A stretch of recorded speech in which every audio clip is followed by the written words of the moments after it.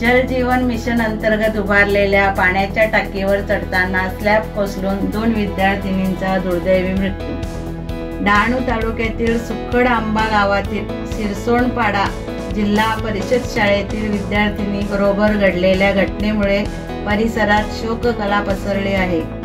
जिल्हा परिषद शाळेच्या काही अंतरावर असलेल्या सुमारे 30 फूट उंचीच्या पाण्याच्या टाकीवर शालेय विद्यार्थी चढले होते। सायंकाळच्या सुमारास या टाकीच्या बांधकामावरील काही भाग कोसळल्याने हा अपघात घडल्याचे सांगण्यात येत आहे। या घटनेत हर्षला रघु पागी आणि सिरसन संजना प्रकाश राव या 2 विद्यार्थिनींचा दुर्दैवी मृत्यू झाला आहे। जल जीवन मिशन प्रकल्पाचे ठेकेदार हरीश बोरवेल यांनी कामात हलगर्जीपणा झाल्याचे आरोप ग्रामस्थांनी केले असून पाण्याच्या टाकी उभारण्याच्या कामाचा दर्जा निकृष्ट असल्याचे उघड झाले आहे। दोषी ठेकेदार संबंधित पाणी पुरवठा विभागाचे अभियंता यांच्यावर मनुष्यवधाचा गुन्हा दाखल करण्याची मागणी ग्रामस्थांनी केली आहे। Subscribe for more content.